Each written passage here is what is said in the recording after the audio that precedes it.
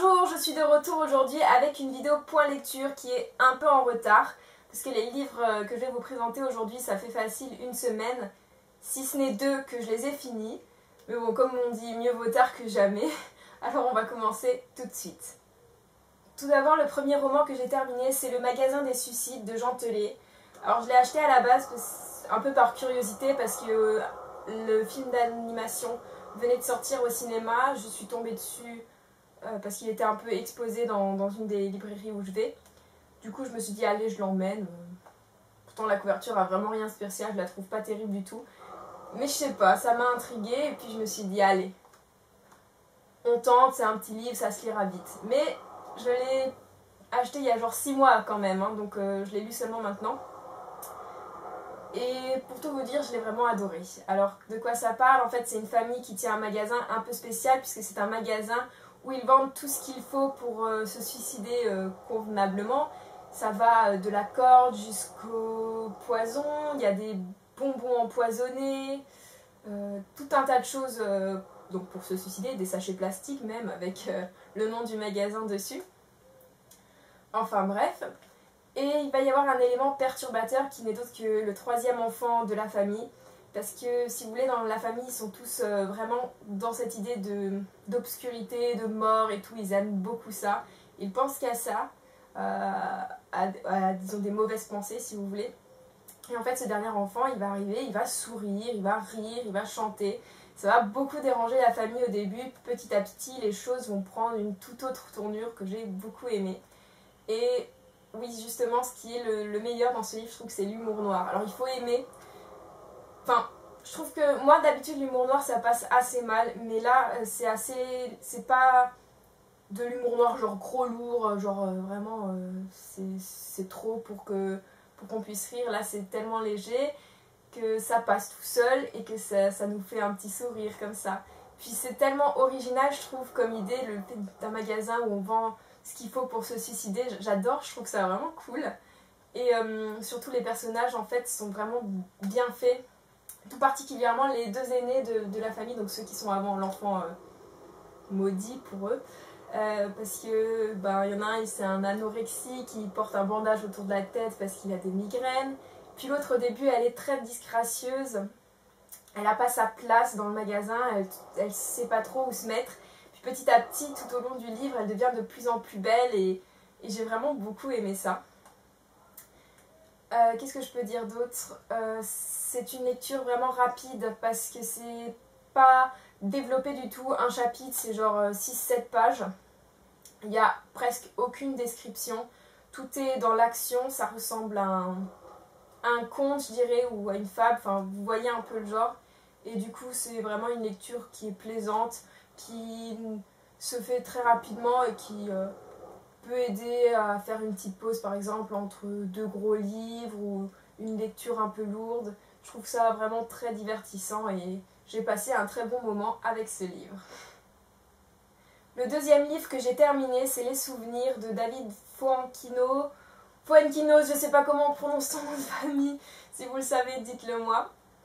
Alors l'histoire c'est quoi? C'est que en gros le narrateur a perdu son grand-père et toute sa famille va décider d'un commun accord plus ou moins d'envoyer sa grand-mère en maison de retraite puisqu'elle se retrouve toute seule. Et celle-ci en fait n'avait pas du tout envie de quitter son petit appartement et elle fugue.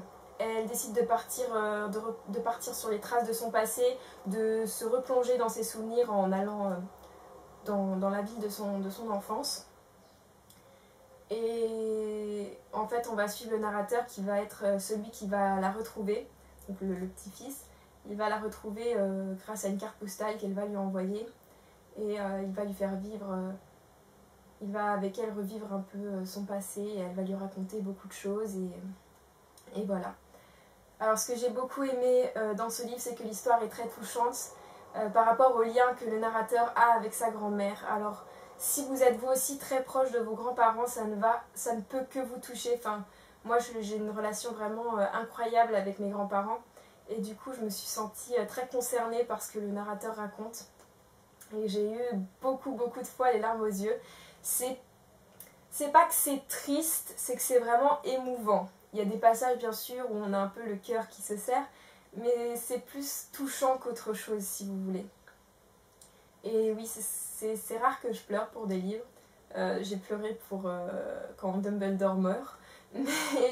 Mais sinon, ça faisait très longtemps que j'avais pas versé de larmes. Enfin là, j'ai pas pleuré, mais ça faisait très longtemps qu'un livre ne m'avait pas ému jusqu'à avoir les larmes aux yeux. Donc c'est pour vous dire. Ensuite, ce qu'il faut savoir, c'est que le style est super léger, que c'est pas lourd du tout à lire, que c'est pas...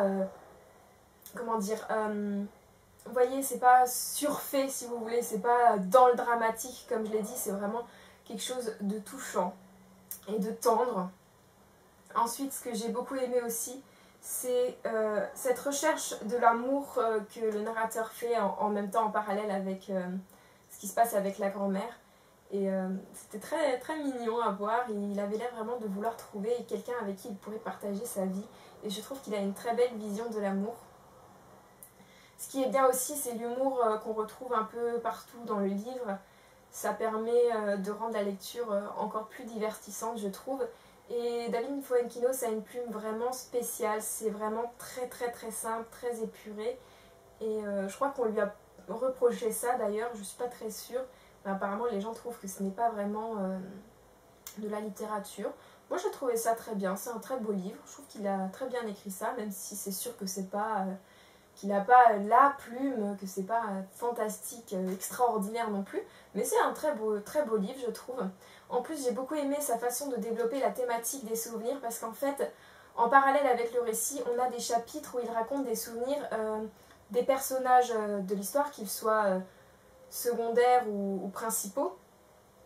Et en même temps, on a aussi des souvenirs de célébrités qu'il peut mentionner. Par exemple, on a des souvenirs d'un peintre, de Serge Gainsbourg.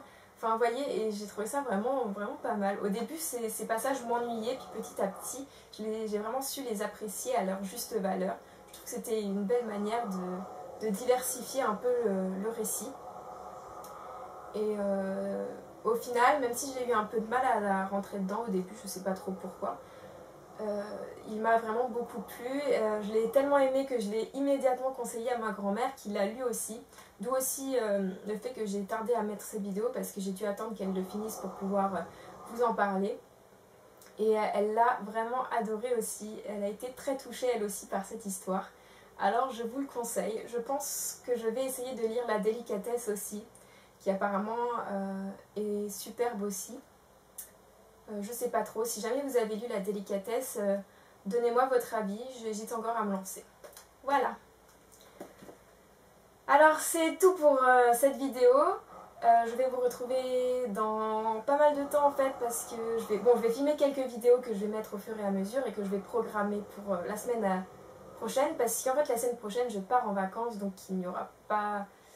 Enfin si, il y aura des vidéos du coup, mais vous voyez ce que je veux dire, je serai peut-être pas très présente pour répondre aux commentaires et ce genre de choses. Et puis voilà, bye bye!